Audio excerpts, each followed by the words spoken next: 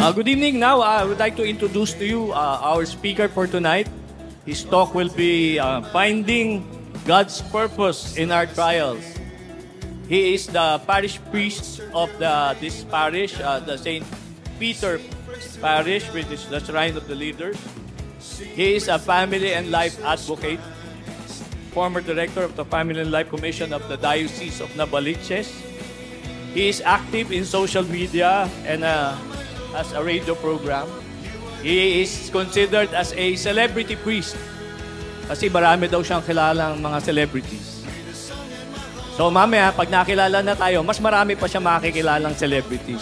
Anyway, let us all welcome and for tonight, Father Alan Samon.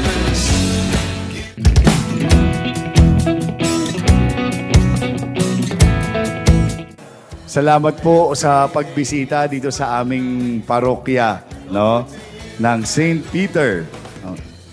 This Lenten recollection is actually a topic that somehow we can go back to kahit hindi na Lent. No? Alam ko po that you already prayed, pero pwede po bang mag-lead lang din ako ng prayer na upo na lang po kayo, ha? Sa ngalan ng Ama, ng Anak, ng Espiritu Santo. Mapagmahal na Ama, nagpapasalamat po kami sa gabing ito na kami ay tinipon ninyo para sa isang recollection upang panandali ang tumigil at magnilay para sa aming buhay. Hinihiling ko po na buksan niyo po ang aming puso't isipan sa inyong mga mensahe.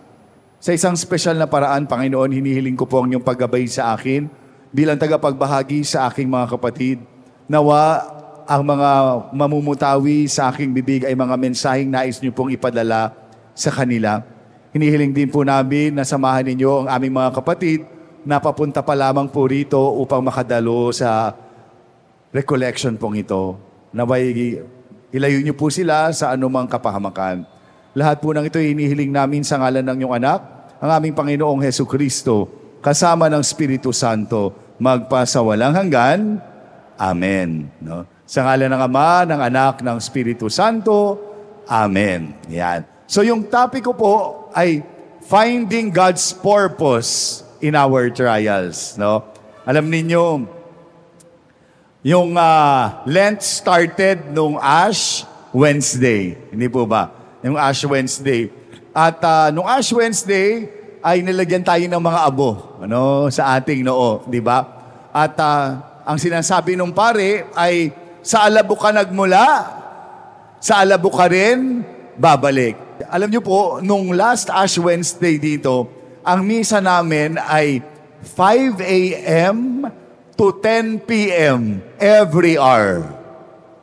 Ngayong Sunday, 6 a.m. to 10 p.m. din every hour. Kasi palaspas naman. No? So ganun kadami po nagsisimba dito. So pag makita niyo yung mga pictures, yung tao halos nandun na sa Commonwealth. Punong-punong-puno na yan. No? So you can just imagine kung gaano katagal maglagay ng abo. No? Tapos sinasabi mo pa, sa alabo ka nagmula, sa alabo ka babalik. No? Tapos yung mga tao pa, for some reason, gustong magpalagay sa pari. Ang dami-daming lay minister, ay nakapila lahat no, kay Father. No? Kaya sipin nyo naman, kung ilan yung nakapila, sa alabo ka nagmula, sa alabo ka babalik, so may kulani ka na sa kilikili, hindi pa matapos-tapos. Sabi ko, paano ko ba paiikliin ito? Alam ko na yung ginawa ni Father Eric Santos nung buhay pa siya. You know Father Eric Santos? Kilala niyo ba siya? Kuya ko po yun. Na, talagang yun ang aking best friend na pare nung nabubuhay pa po siya. Sa alabo ka nagmula, sa alabo ka babalik. Napakahaba naman. Kaya sabi ko, ay shortcut ko na lang. So, mamamatay ka rin, mamamatay ka rin. Yun lang naman yung shortcut nun, di ba? No? Kita mo, unti-unti yung mga tao lumilipat na dun sa lay minister. No? Para bang magkaiba yung meaning ng sa alabo ka nagmula, sa alabo ka babalik. Ano ba ibig sabihin nun? In short, mamamatay lang naman tayong lahat. No? Mamamatay lang tayong lahat. At alam nyo, in 2021, nagka-COVID po ako. No? Tapos yung lagnat ko was 39 for 7 days, hindi bumababa. Nagte-39.1 pa, pero hindi bumababa ng 39. Alam nyo naman, yung COVID, hindi mo alam kung ano yon, wala akong vaccine. Tapos nag-LBM ako for 7 days. Bukod sa nararamdaman mo, yung utak mo kalaban mo pa na hindi mo alam ano nangyayari sa'yo. So I thought that was it for me. Medyo matindi na nga ako nangyari sa buhay ko. In 2014, yung eldest sister ko namin died. 2015, my mom. 2016, my dad. No? And then, 2020, yung isa ko pang sister died of cancer. Tapos 2021, nagka-COVID ako. Kala ko, naku, sunod-sunod na naman ba to? Kala ko. No? Kaya, parang, nung time na yun, napaisip, ganun pala, no, pag ganun yung nararamdaman mo, mapapaisip ka, all of a sudden, yung mga bagay-bagay, parang walang silbi in a sense.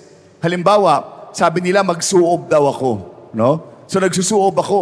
No? Kaya yung shirt ko, basang-basa. Pwede mong pigain. Ganun ako. Talagang takot ako eh. Kaya mas mainit, mas maganda. Pero talagang basa yung shirt ko. Kaya, ang ginagamit ko lang yung mga pambahay ko. So, every time I open my cabinet, para kumuha ng pambahay, yung mga panglakad na iipon, hindi nagagamit. Mga branded shirts na simpleng mga branded shirts lang, hindi naman ho yung mga mamahalin. Prada, Gucci, yung mga ganon, no? Hindi, regalo lang ho yun. Hindi ko nga magamit, nahihiya ako eh. No? Pero sabi ko, oh my God, kung may mangyari pala sa akin, iiwan ko lang to mga damit na to. In the end, ang tatanungin mo, kumusta ba ako bilang tao? Kumusta ba yung naging relasyon ko sa pamilya ko? Kumusta ba yung relasyon ko sa Panginoon? No? At pagkatapos, siyempre wala kang ginagawa, natuto ko gumamit ng Netflix. Na? At may napanood po ako doong movie, Equalizer ni Denzel Washington. Ilang beses ko na napanood yun. Pero pinu-forward ko kagad sa action. No? Yung Equalizer. This time, naka-quarantine ka naman, wala kang ginagawa. Pinanood ko na lahat, pati pangalan na lumalabas, tinignan ko na. Sa simula pala, merong quotation si Mark Twain. Sabi ni Mark Twain, the two greatest, alam niyo na to? What are the two greatest days of your life are, first is the day you were born. Huh? What do you think is the second greatest day of your life?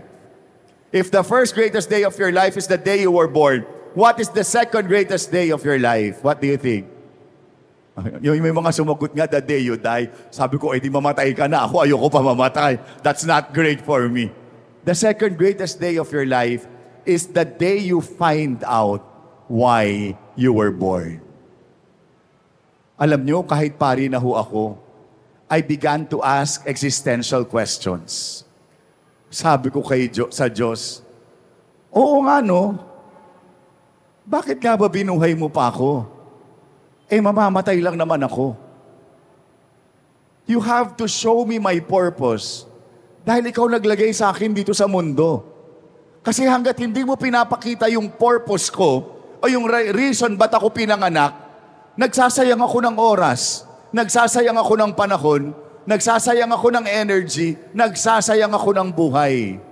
Kasi pwedeng wala naman ako at tuloy ang ikot ng mundo. Tama? Di ba? Pero nandito na rin ako eh. Anong dahilan? Bakit pinanganak pa ako? You have to show me that. Sabi ko, talagang natanong ko ang Panginoon, no, bakit nga ba? Kasi ang dami nang namatay. Ang dami nang namatay. Isang araw, pagtingin ko sa Facebook, merong isang poem doon. Ang title is 150 Years. Nung binasa ko, simple lang yung summary. Ang summary lang is this: 150 years ago, wala pa tayong lahat. Amen? 150 years from now, wala na tayong lahat. That's how short life is. Kaya sabi ko, dapat makita ko talagang dahilan ba't ako pinanganak. Kasi ang dami nang nabuhay at namatay. So what? Wag na 150 years, mahirap i-mat. 100 years na lang. 2023 tayo ngayon. So there was a time, ang date ay 1923. Amen? Maraming nabuhay noong 1923. Tama? Napagod, nag-asawa din, kumayod, no? Na-stress sa buhay. Asan ho sila? Asan na sila? Patay na. So kung magkakaroon din ng date na, kung di magugunaw ang mundo, magkakaroon ng date na 2123. Tama?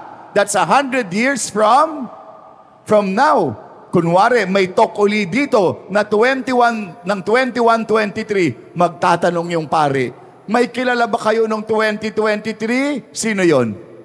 Tayo yun ngayon. Tayo yung nagpapagod ngayon, na nag-i-stress ngayon, pero in the end, patay din. Kahit ano pang pinaggagawa nating pagod o kung ano man, patay pa rin. Last year, I was blessed to join a pilgrimage in Europe for a Marian pilgrimage. And in Assisi, nandun po yung body ni Carlo Acutis. Kilala niyo ba si Carlo Acutis? He's only 15 years old when he died of leukemia. Ang kanyang, nung buhay pa siya, he loves the Mass so much. Araw-araw siya nagsisimba at dinodocument niya, very young yung mga Eucharistic miracles. Eucharistic miracles. No? Kaya siya ngayon ay si Blessed Carlo Acutis. Naku, napakagwapong bata. No? Talagang yung itsura niya. Samantalang hinukay siya after ilang 17 years na nakalibing na. Nung hinukay, parang walang nangyari. Kung anong itsura na, kung gano'n siya kagwapo noon, ganun pa rin. Nung tinitingnan ko nga, para akong nananalamin. Grabe. Hindi, biro lang ho. Alam nyo, sabi ko, tingnan mo tong batang ito. He's only 15 years old. But come 21-23. Kunwari 21-23 na. Meron pa bang may kakilala kay Carlo Acutis? Yes. Because by that time, he will be Saint Carlo Acutis.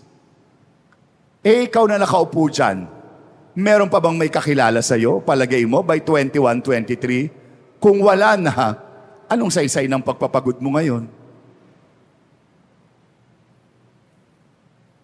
Naiisip nyo ba yun? You know what? Atin-atin na lang to, ha? Pag naiisip ko yan when I'm alone, parang masisira ulo ko. Anong saysay ng pinagpapagod ko kung after 10, 20 years, wala namang may kakilala na sa akin? Tapos nagpapagod ako ngayon. Kaya sa mga dadating na araw, isipin nyo din para masira din ulo nyo. Damay-damay na to.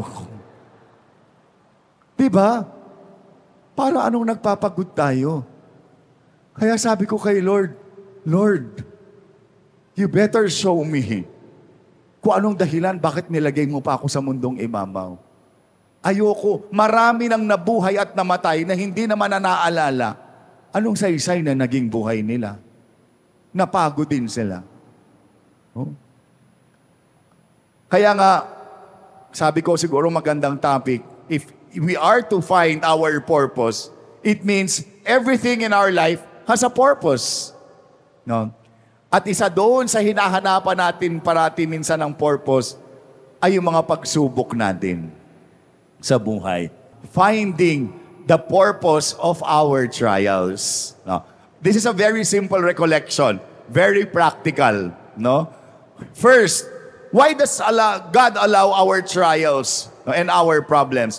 First, He allows it to direct our life. Direct our life. Alam ninyo, ang isang best friend ko po ay si Miss Ay de las Alas. Na, best friend ko po yun. Pagka minsan kung mapapanood nyo siya, biglang may babatiing pare, "Hi kay Father Alan!" Ako po yun. Nung minsan nagkwentuhan kami, sabi niya, ang hirap ng buhay ko. Yung medyo matagal-tagal na to. Kasi alam niyo naman yung buhay niya, hindi naman kasiyahan noon. Mga na pang-asawa niyan, nasaktan siya, mga ganon. Kasi komedyante ako, Father. Minsan may mga shooting kami na ang bigat-bigat ng dibdib ko. No? Dahil sa ginawa sa akin ng asawa ko. Pero pag sinabi ng director, action, kailangan ko magpatawa. Kahit ang gusto ko umiyak. Bakit? Kasi sa shooting, sino nasusunod? Ang director. Same goes with our life. Ang nasusunod ay ang director. Sometimes God allows our trials and our problems because He is directing our life. No, yung example ko, yung sarili ko, nung ako ho ay bata pa, nagsiserve na ako sa simbahan. High school ako nung mag-lector, commentator ako, mag-choir ako, ganyan, nag-charismatic po ako. Dati akong director ng family life. No? Dati akong director ng family life. Kaya mahal na mahal ko yung family life. No? Pero I also thank the Lord na hindi niya ako pinagpamilya. Thank you, Lord, talaga. Thank you, Lord. No? Sometimes, you should thank the Lord for not answering your prayers right away. No? Kasi akala ko dati, ilang beses sa buhay ko, akala ko pinadala niya na yung babaeng para sa akin. No? Yung panghuli, nung college ho ako, no? Kaklase ko, akala ko siya na talaga para sa akin. No? Tapos naging very close na kami, ganyan. Dahil galing kayo sa iba-ibang lugar, hindi ko sasabihin yung pangalan, baka kakilala nyo pa. Mahirap na. May sarili na siyang pamilya. No? Pero ang nangyari ho, to make the story short, sabi ko kay Lord, pag naging kami nito, magdadagdag pa ako ng service sa'yo, maglilingkod pa ako. Sabi ko sa kanya. Kaya, ang nangyari naman po, sinagot naman niya. Na itong babaeng to, sinagot niya yung kaklase ko. My God, sobrang sakit. Sino ho sa inyong nakaranas ng ma-heartbroken? Taas kamay. Wala? Ang kapal ng mukha nyo? Wala talaga? So ako lang talaga yung nabigo sa pag-ibig dito? Kapal ng mga to. Alam ko masaya na kayo ngayon. Nung bago nyo natagpuan yung inyong mga one true love, yung minsan ding nabigo, kagaya ko, taas ang kamay. Tinan nyo, di marami-rami. Ngayon ko lang nalaman yan, sabi ni tita sa kanya. Di ba ang sakit pag hindi ka pinili? No? At dahil nga sabi ko sa inyo, active naman ako sa simbahan. Ang malaking tanong ko noon, Lord, bakit? Bakit? Alam ko matalino siya. Matalino din ako, Lord. Matangkad siya. 5'7" Matangkad din ako, Lord. Maganda siya. Matangkad ako. Di ba? Tinanong ko talaga sila, sabi ko, bakit hindi naging kami? Tinanong ko siya 1991 yon. And you know, when you ask the Lord, He will answer you. He will answer you, but not according to your time. Marami sa atin gusto pag tinanong, sasagot agad ang Diyos. Sinagot niya ako 9 years after. No? March 24, year 2000. Nung sagutin ako ng Diyos. Because on March 24, year 2000, I was ordained a priest. Kaya pala hindi naging kami. Kasi iba ang gusto ni Derek para sa akin. Because the Lord knows you more than you know yourself. Tandaan nyo yan. Mas kilala ako ng Diyos kung paano kong kilala sarili ko. At napatunayan ko yan lalo nung magpo-40 years old na ako. No? Ngayon ho, I'll be 52. Napapagkaman lang 35. No? Kanina galing ako dun sa yung isang first time ko na-meet na pinsan. Sabi niya, pinakilala ko. Sabi niya, ano yan? Pamangkin ko ba yan? Pamangkin, 52 na yan. Ha? Kala ko'y 30 lang. Di ba? Nung magpo-40 na ako, doon ko lang nakilala yung sarili ko. Kaya sabi ko sa inyo, di ba? You should thank the Lord that sometimes hindi niya sinagot agad yung panalangin mo. Why? Nung bandang gano'n ang edad, sabi ko din minsan, kaya para maraming mga, yung buhay ay parang nagkakaloko-loko, kasi hindi mo pa naman talaga alam kung anong gusto mo, pagkatapos ang dami mong ginagawa sa buhay mo. When you are 20, 21, 22, naku, hindi mo talaga alam ang gusto mo. Ganong edad nung sinabi kong gusto ko ng pamilya. At gusto ko 10 anak. Sabi ko, pero nung ako'y magkwa-40 na, nakikilala ko na rin mismo yung sarili ko, ako pala, ayoko lang pinapakialaman ako. Ayokong tinatanong ako kung nasaan ako. Ayokong tinatanong ako kung anong oras ako uuwi. Ayokong pinapakialaman ng mga gamit ko. Ayoko pala yon. Imagine ninyo kung nag-asawa ako. Diyos ko, lahat ng asawa pakialamera. Tama, mali?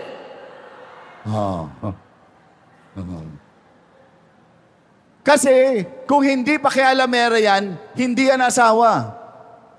Diba? Siyempre, alas 10 na, wala ka pa. Mag-aalala yan. Diba? Asawa mo yan. Ayoko hunong ganun. Kaya sabi ko, Lord, thank you, buti. Kaya kung may mga single pa dito, nanapa-attend, tapos ayaw niyong pinapakialaman kayo, wag na wag kayong magkamaling mag-asawa. Itagaan nyo yan sa bato. Ha? So thank you, Lord. Mas kilala niya pala ako kaysa paano ko kilala yung sarili ko.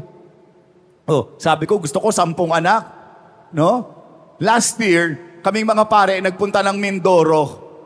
Nung pauwi na kami, sasakay ka ng parang maliit na barko from Mindoro to Batangas. Ako pinabili ng ticket ng mga kapatid kong pare. Binili ko business class. Yung pagitan lang ho nun, Cortina, 150 lang yung diferensya.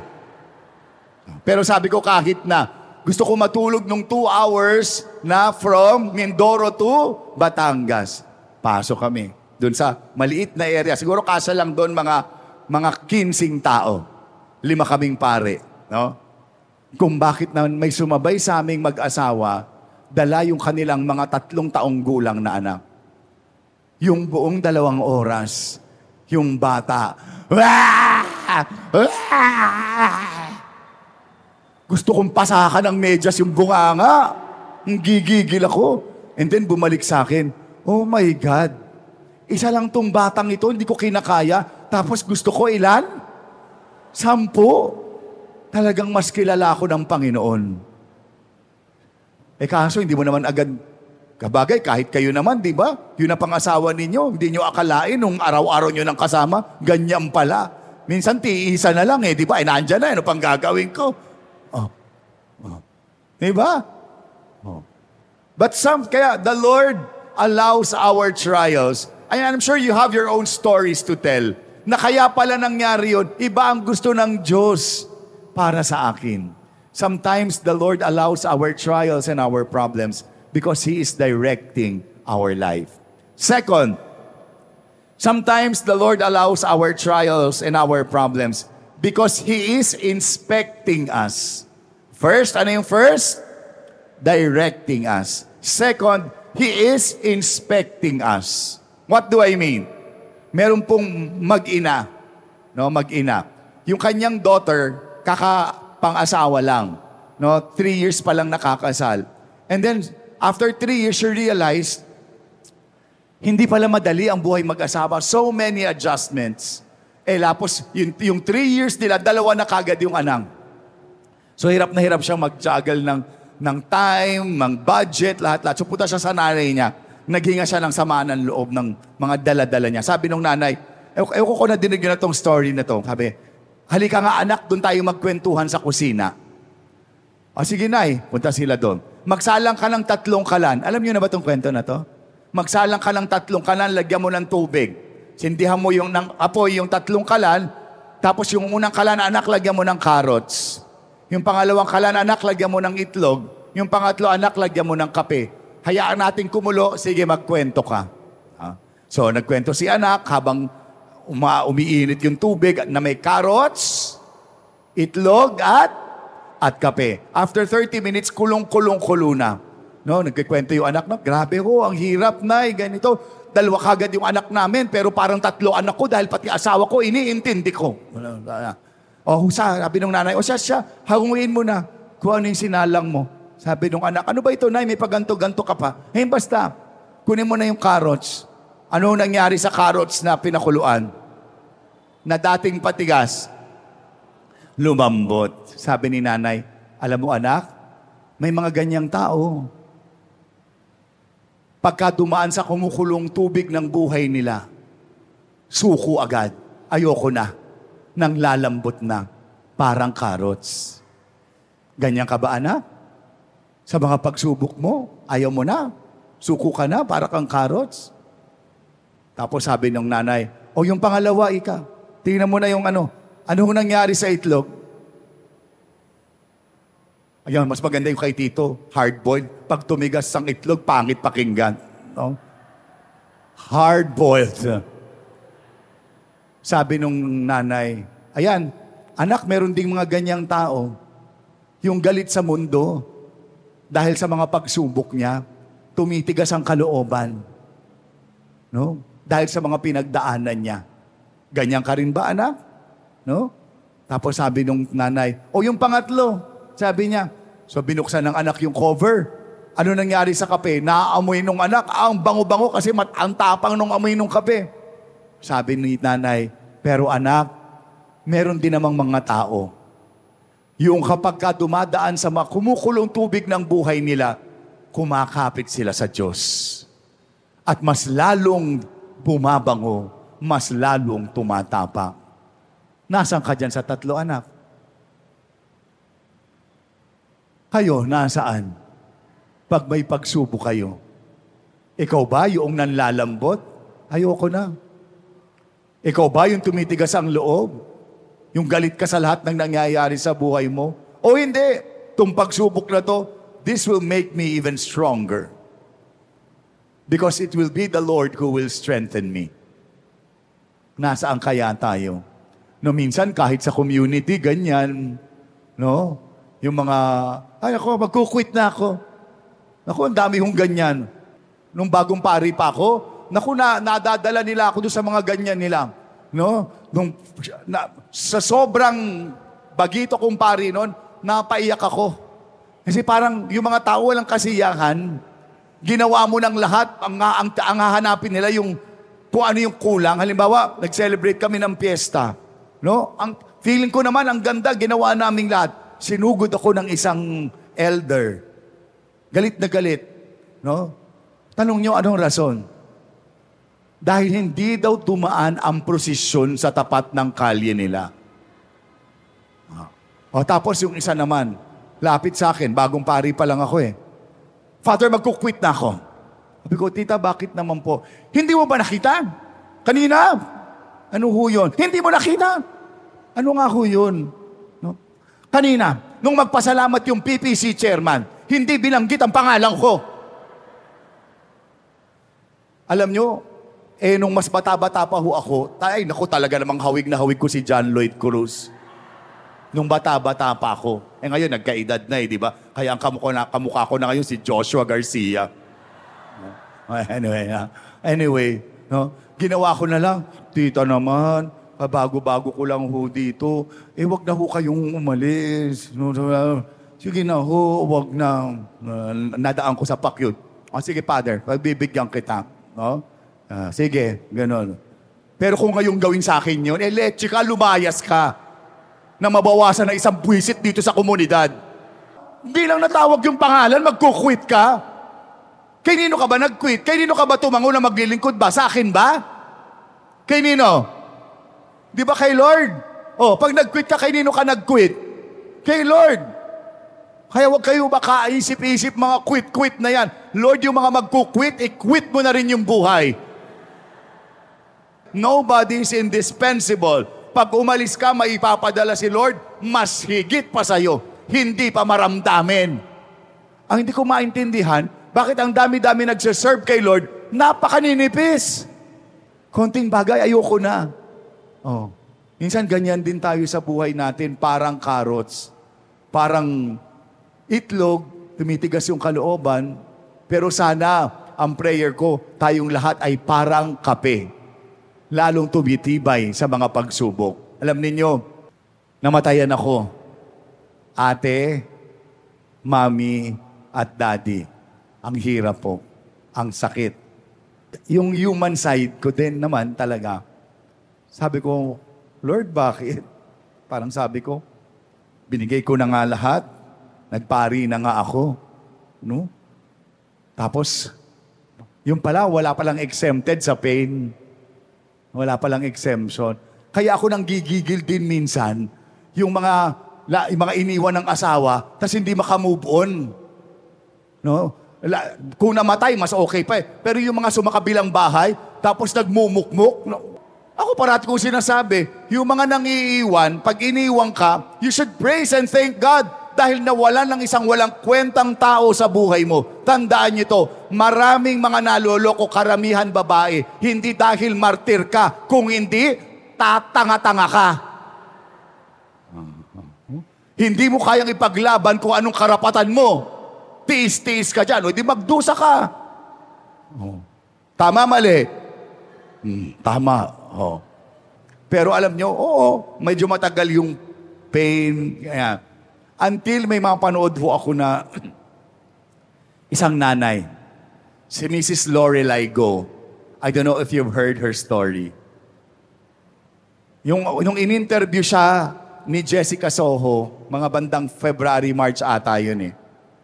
Nung time na yon, namatay na yung 2 sons niya of liver cancer. I don't know if you've heard that story. When she was interviewed, sabi ni Jessica Soho, ano ang gusto mong sabihin sa Diyos? Sabi ni Mrs. Lorelai Go, ang hiling ko lang sa kanya, Ma'am Jessica, nasa kanya na yung 2 ko. Ibalato niya na yung bunso sa akin. But during that time, yung bunso niya already has stage 1 liver cancer. Lahat liver cancer. Kung pwede, ibalato niya na sa akin yung bunso. That was March, February. After ilang months, mga November, yung bunso namatay din of liver cancer. Binalikan siya ni Jessica Soho. So I was expecting magbubuhos na to ng sama ng loob niya. Hindi pinagbigyan. Yung isang kahilingan niya, nandun na yung 2. Salang hinihingi niya.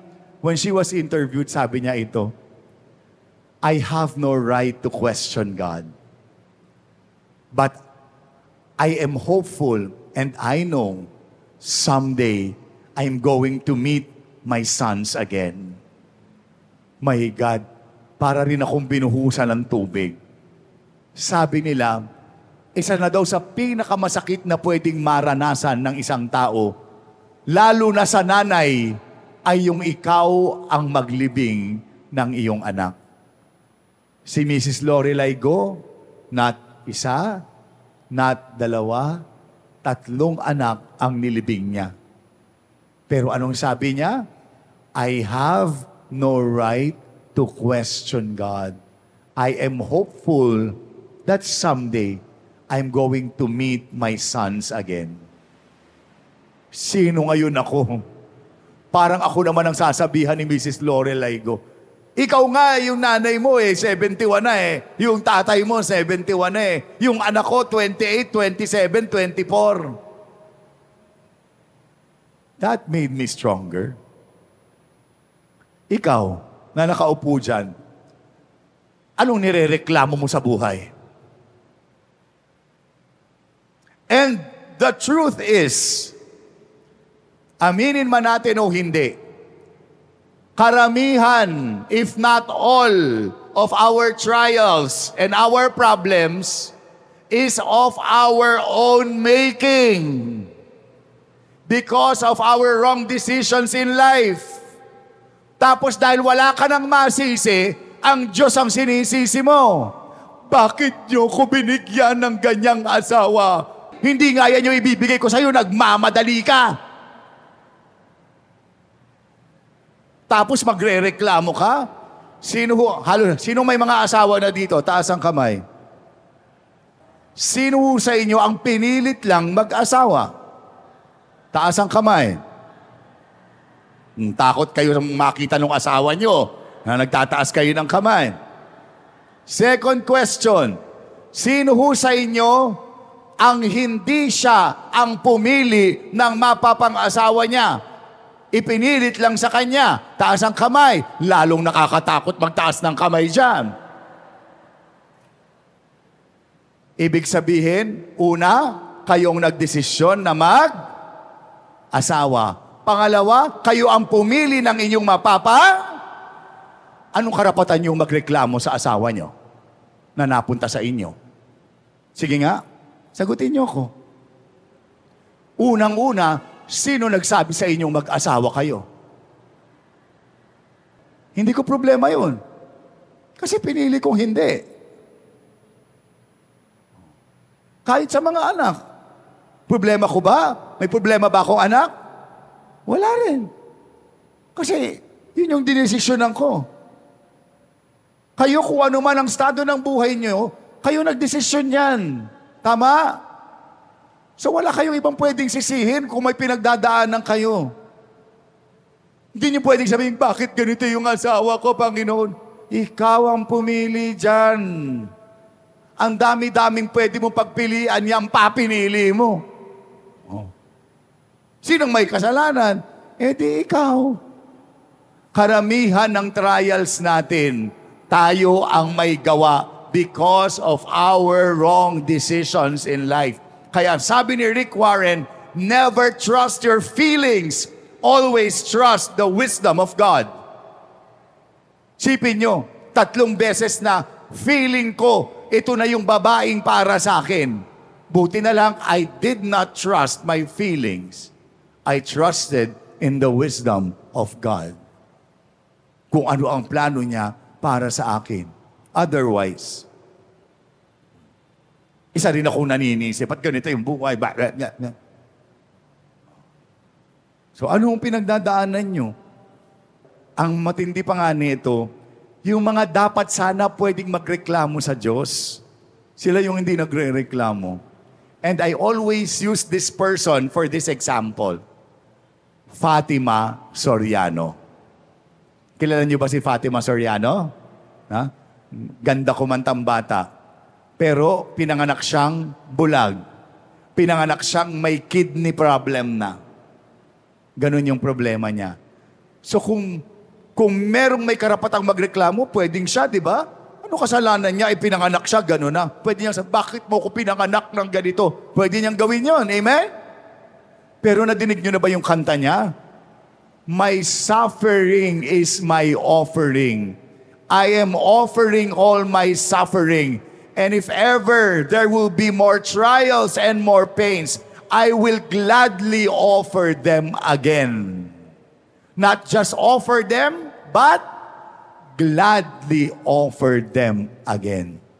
Sino sa atin dito gladly offers her or his suffering in life? Taas ang kamay.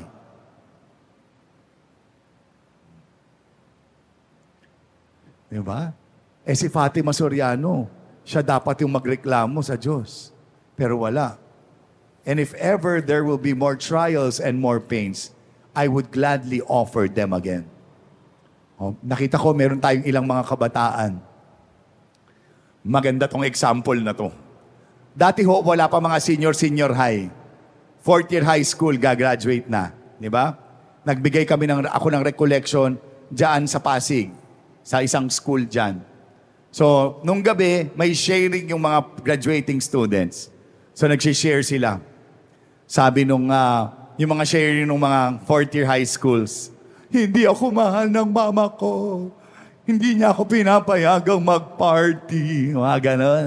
Hindi ako mahal nung papa ko kasi ganito. Mga ganon. Biglang tumayo si Joanna.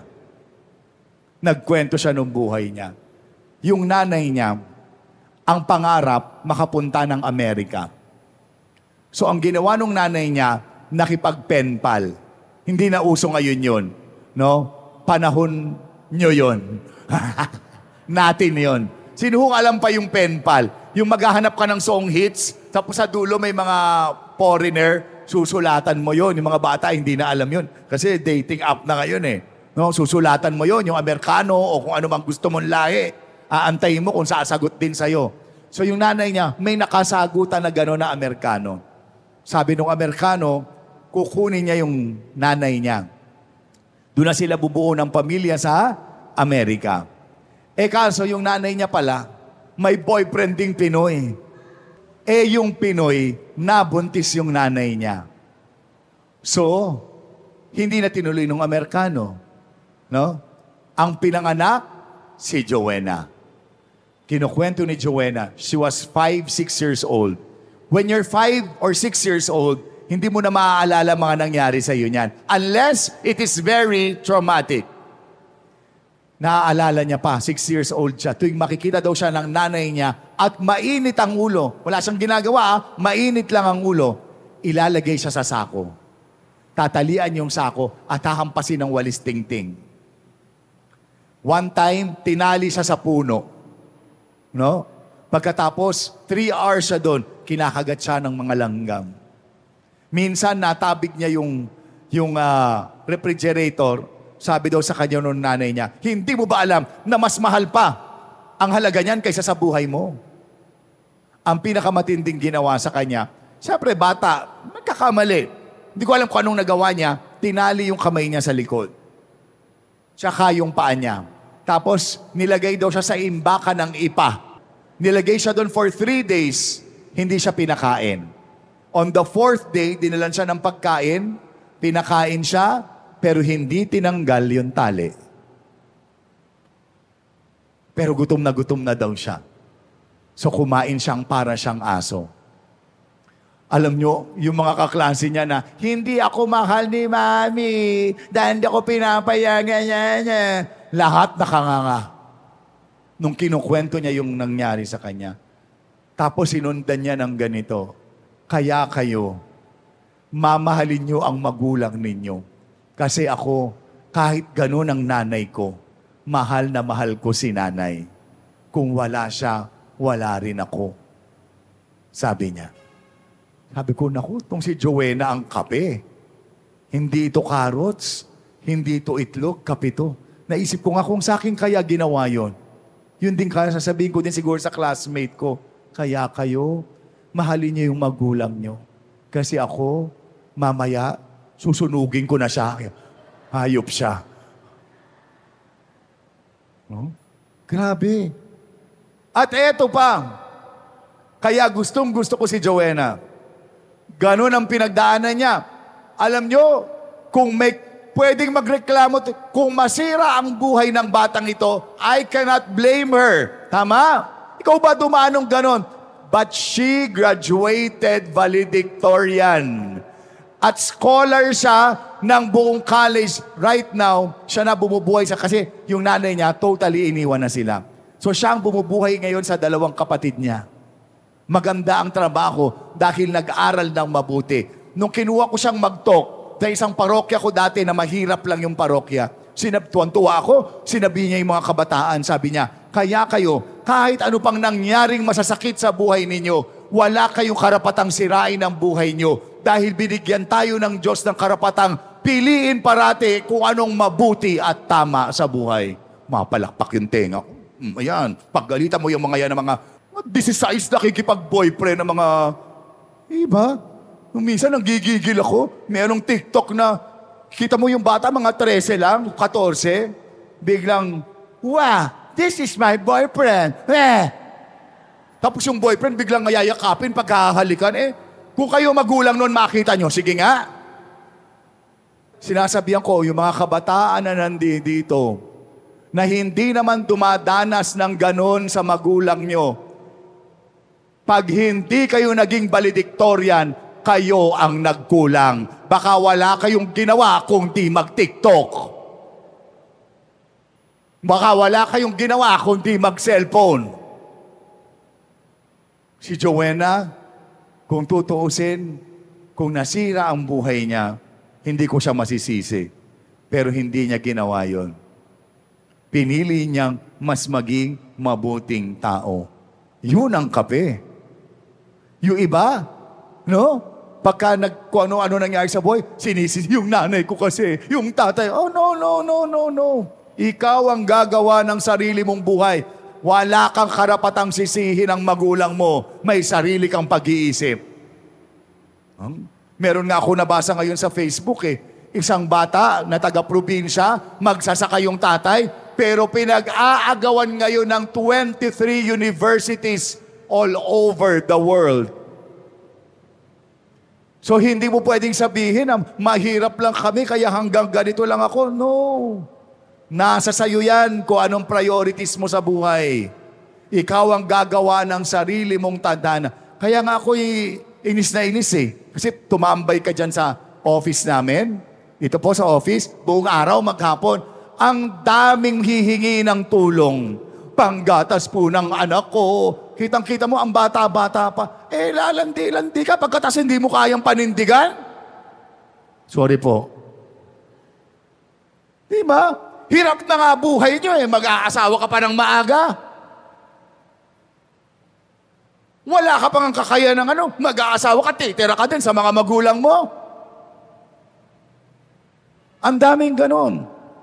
At meron din, ito naman, yung mga suffering natin, sabi ko nga, karamihan dyan, gawa mo. Ito, nung minsan, andyan ba si Kuya Bangs? Kuya Bangs, nandiyan ka ba? Natatandaan mo ba yung kwentuhan natin minsan dyan sa labas? Di ba? Sabi ni Kuya Bangs, merong matanda dyang lalaki na mamalimos. Sabi ni Kuya Bangs, grabe naman yung mga anak nito. Pinabayaan yung tatay nila. Sabing ganon. Sabi ko, oy, wag ka, alam mo, malamang kaya ganyan yan nalilimos, nung bata-bata pa yan, ng babae yan. Sabi ni Kuya Bang sa akin, grabe naman, Father, ginudge nyo naman kagad si tatay. Sabi ko, di ba ginudge mo din yung mga anak? Sabi ko sa kanya, Kuya Bangs, may tatay ka ba? Meron po, Father. Sabi, mabait ba yung tatay mo? Napakabait ho.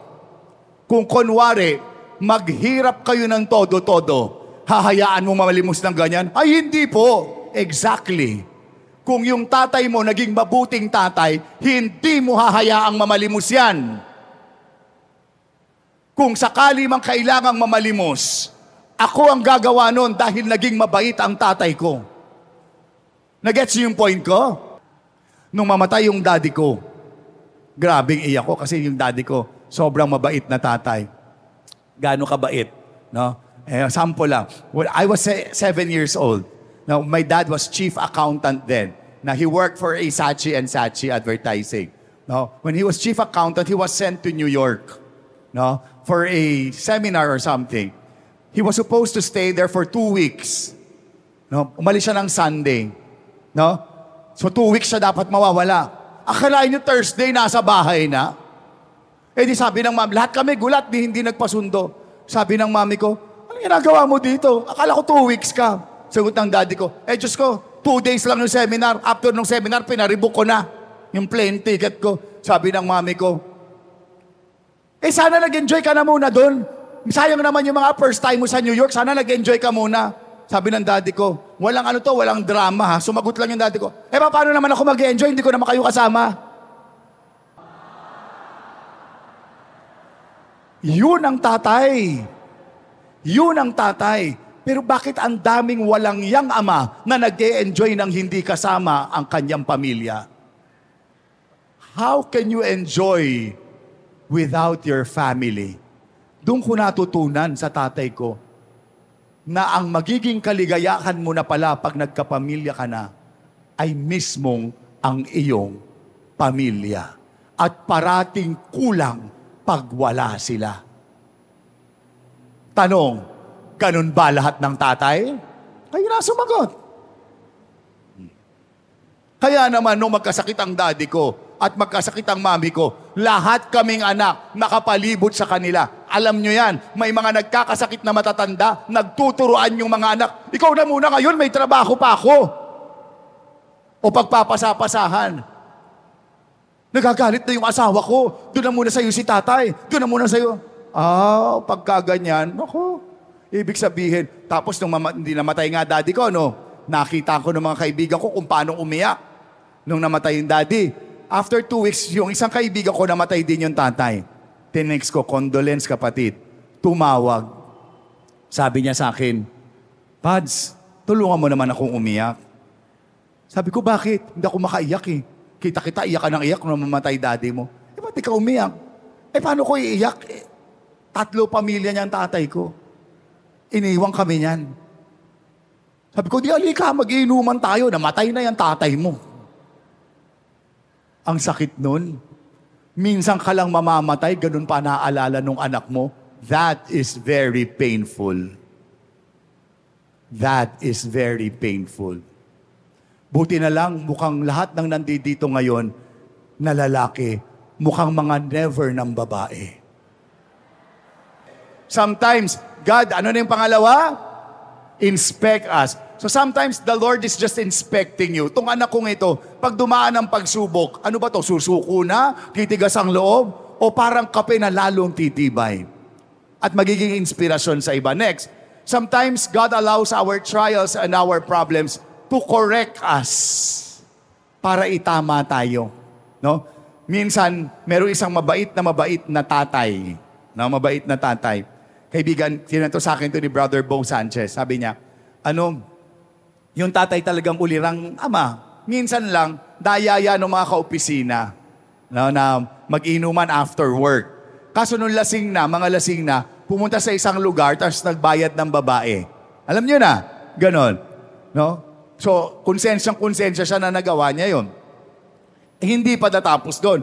After 2 weeks, may tububong rashes sa kanyang genital area. Nung magpatingin siya, herpes, na hindi nagagaling. Pagka bumaba resistensya niya, lalabas uli. No, ang pwede lang ibigay, some ointment to relieve the discomfort. Ganun lang. Pero dahil mabait talaga, sabi niya daw kay Brother Bo, this happened to me because the Lord is correcting me. Nagets niyo? Kasi kung hindi ako nagkaganito, baka yung first time na pagpunta ko, magkaroon ng second time. Magkaroon ng third time. At baka ito pa ang makasira sa pamilya ko. First time mo nagpunta, nagkaganong ka pa, babalik ka pa ba doon? Kaya yung mga nararamdam-ramdaman natin, that is the Lord correcting you. Noong minsan paggising ko, pulang-pula ang tuhod ko. At pag finold ko, hindi ko na maidiretso. Pag diniretso ko, hindi ko na maifold dahil namamagat pulang-pula. Sabi nila, gout daw. Dahil nung linggo na yon, ang mga nilantakan ko, puro steak. Kaya ngayon, nag-intermittent fasting ako. I don't eat so much meat anymore. I don't eat rice. I have to take care of myself kasi kinorek na ako ni Lord. Pero madami sa atin, sadyang matigas ang ulo. Pag pinagsabihan ng asawa, galit pa. Tama? Daddy, wag ka nang kumain. Ano ba kakanin ko? Ikaw pa galit? Pinapaalalahanan ka ng wife mo? Sino pa magpapaalala sa'yo? Siyempre, the Lord will remind you through your wife or through your husband.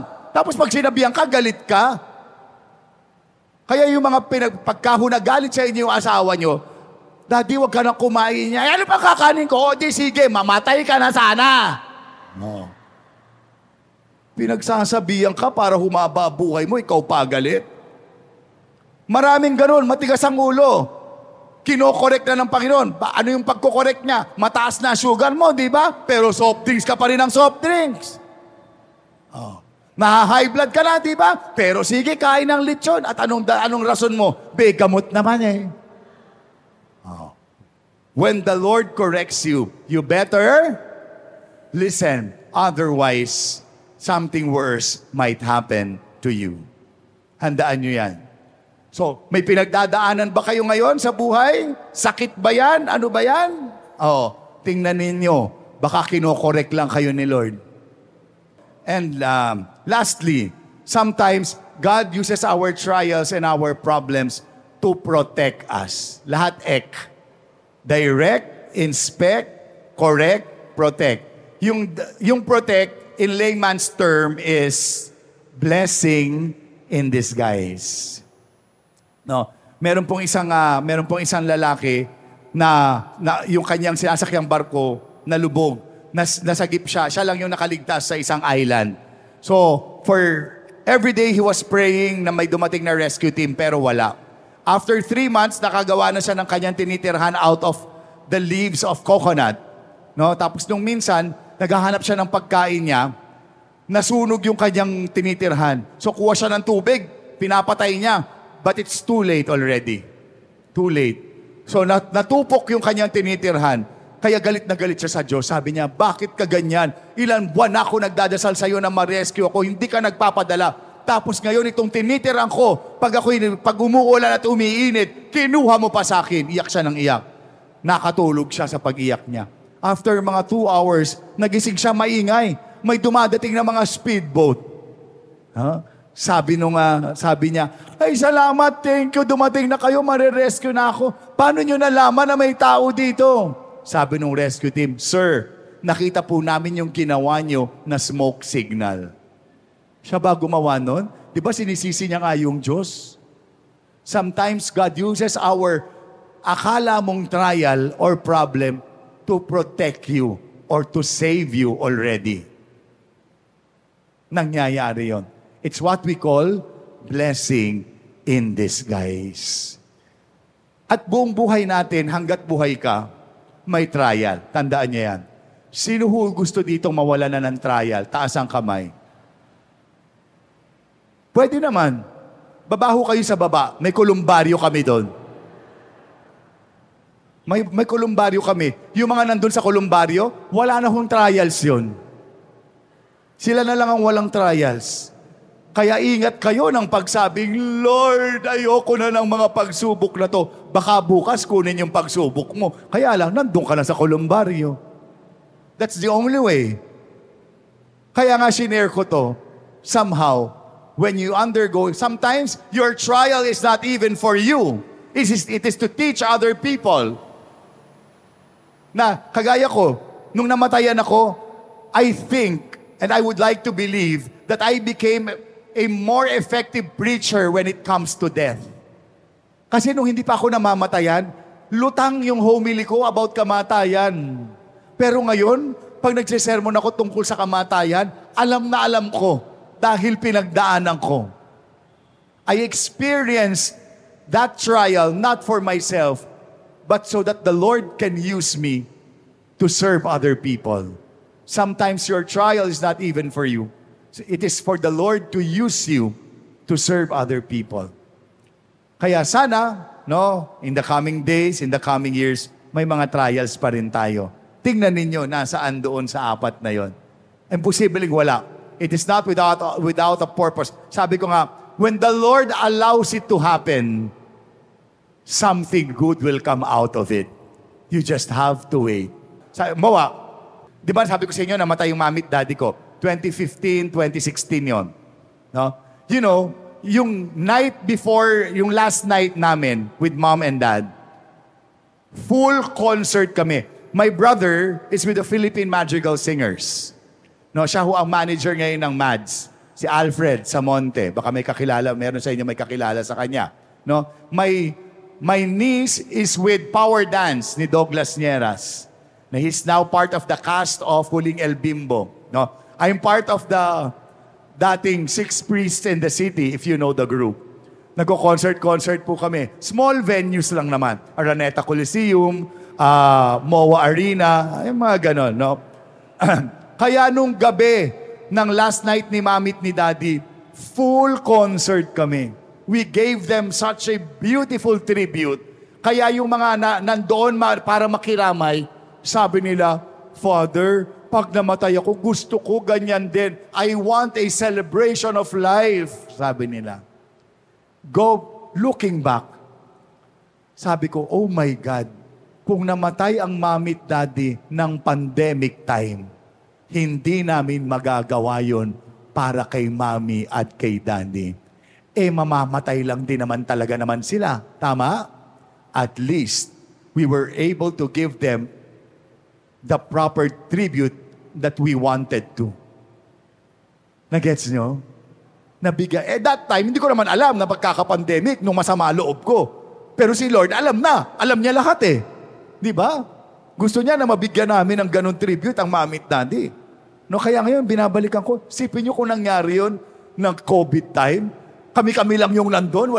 Sa bait ng Mami at Daddy ko, walang nakiramay. Kami-kami lang. Pero hindi. The Lord did not allow that. He wanted us to give ng ganitong klaseng pamamaalam sa aming mga magulang. He allowed it to happen, so something good came out of it. So ganun din po sa buhay natin. When the Lord allows you to experience trial, it may be to direct your life, it may be to inspect you It may be to correct you, or it is for Him to protect you. Amen? Maraming salamat po sa inyo. Magandang gabi po.